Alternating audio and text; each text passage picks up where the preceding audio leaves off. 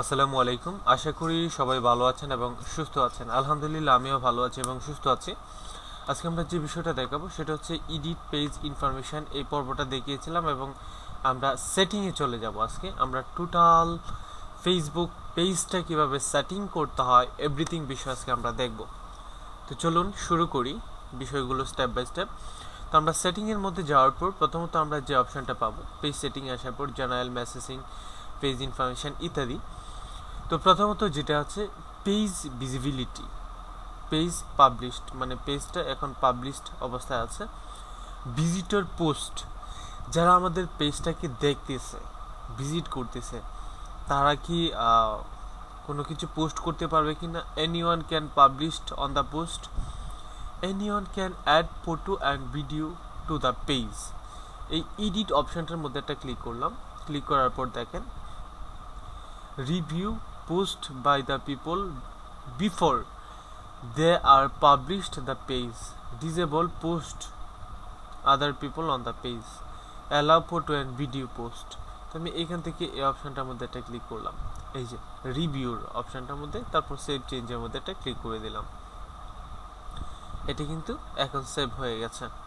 এরপর যেটা আছে দেখেন audience visitor the post, audience, এখান থেকে আমি আপনাকে যেটা দেখাবো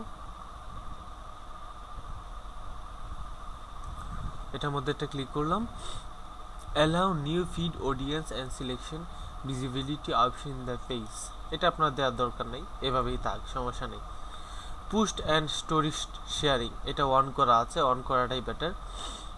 message, people can contact my page, এটা অবশ্যই অ্যালাউ করা। মেসেজ বাটনটা অ্যাড করা আছে, যেটা আমরা চেঞ্জ করব না। Only people who can manage my page can tag photo post on it. তারপর হচ্ছে other tagging this page, people and other pages can tag my page. তারপর হচ্ছে কান্ট্রি, এই যে এখান থেকে কান্ট্রি এটা দেওয়া, এটা হিডেন থাক, সবাই দেখতে পারবে, এটা এভাবে দেওয়ার দরকার নেই। এজ রেস্ট্রিকশন, আপনি যদি কোনো নির্দিষ্ট বয়স পর্যন্ত আপনি এটা ইউজ করতে চান এখান থেকে দিতে পারবেন। আমি এটা পাবলিকলি দিয়ে দিচ্ছি, পাবলিকলি দিয়ে দেওয়াটাই বেটার। তারপর হচ্ছে আপনার পেজ, তারপর এখান থেকে পেজ মডারেশন এটা, তারপর এখান থেকে এগুলো যেভাবে আছে এগুলো থাকা, প্রাইভেটি ফিঙ্গার এগুলো যেমনি আছে এটা থাকাই better. Page update, page update এটা অটোমেটিকলি যেগুলো আপনার আপডেট হওয়ার দরকার আপনাকে নোটিফিকেশান দেবে, এখানে আপনার কিছু করার নেই। তারপর রয়েছে কমন র্যাঙ্কিং, তারপর হচ্ছে ডিস্ট্রিবিউশন, ডাউনলোড পেজ, তারপর পেজ রিমুভ পেজ, আপনি যদি ডিলিট করতে চান তাহলে এখান থেকে ডিলিট করে দিতে পারবেন পেজটা। তার ডাউনলোড পেজ ইনফরমেশন, এখান থেকে ডাউনলোড পেজ ইনফরমেশনের মধ্যে ডাউনলোড পেজের উপর ক্লিক করলে এভরিথিং ইনফরমেশন কি হয়ে যাবে, ডাউনলোড হয়ে যাবে। ডাউনলোড পেজের মধ্যে ক্লিক করলে পেজের এভরিথিং ইনফরমেশন এখান থেকে আপনার ডাউনলোড করতে পারবেন, নিজে পোস্ট পেজ অর্থাৎ এভরিথিং। তো আমি এখান থেকে আর যাচ্ছি না, আমি ব্যাক করে গেছি। তো আশা করি পেজের এই সেটিংগুলো আপনারা বুঝতে পারছেন।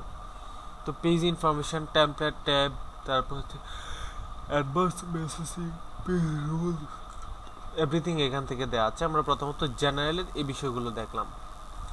দ্বিতীয় যে বিষয়টা রয়েছে সেটা হচ্ছে মেসেজিং। দেখেন এটা হচ্ছে মেসেজিংয়ের একটা বিষয়। তো এই মেসেজিংয়ের বিষয়টা আমি সম্পূর্ণ আরেকটা পড়বে এ টু জেড আপনাদেরকে দেখাবো, এটা বিশাল একটা ব্যাপার। তারপর আমরা চাই পেজ ইনফরমেশন, পেজের যে ইনফরমেশনগুলো আছে যেটা আমরা দেখিয়েছিলাম।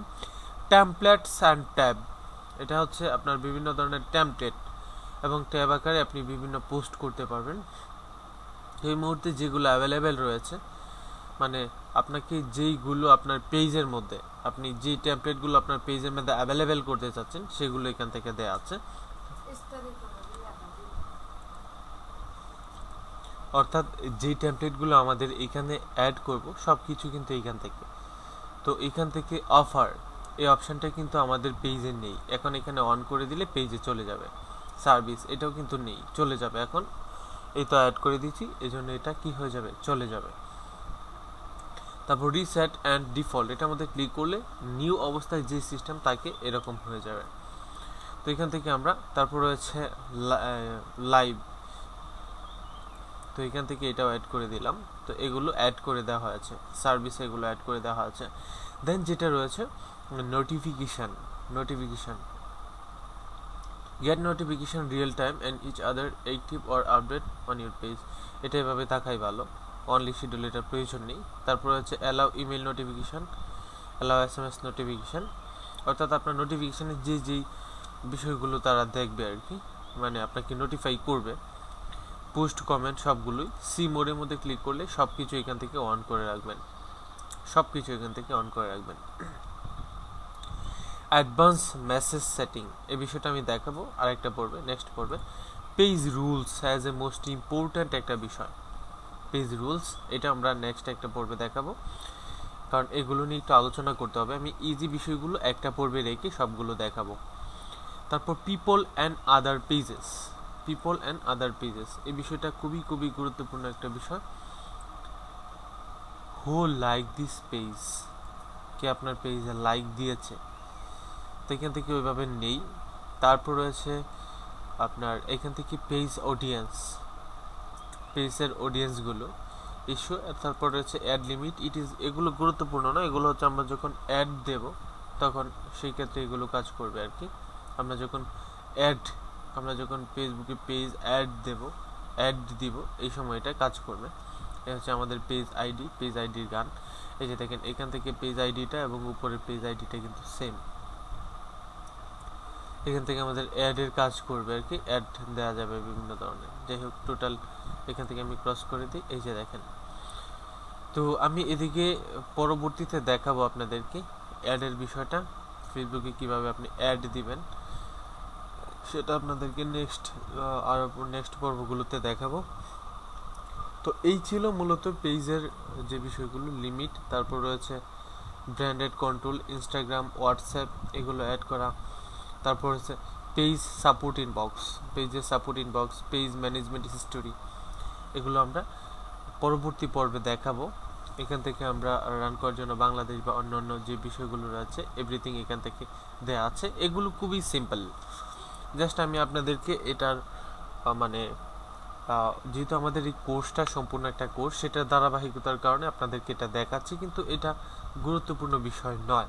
গুরুত্বপূর্ণ বিষয় যেগুলো সেগুলো আমি ক্লিয়ার করে দেখিয়েছি, তারপরেও এগুলো আপনাদেরকে সবগুলো বিষয় একটু দেখিয়ে দিয়েছি যেন আপনাদের কোনো প্রবলেম বা কোনো কিছু বুঝতে কোনো সমস্যা না হয়। তো এই ছিল আজকের এই পর্যন্ত আলোচনা, আমরা নেক্সট পর্বে অন্য বিষয়গুলো দেখব।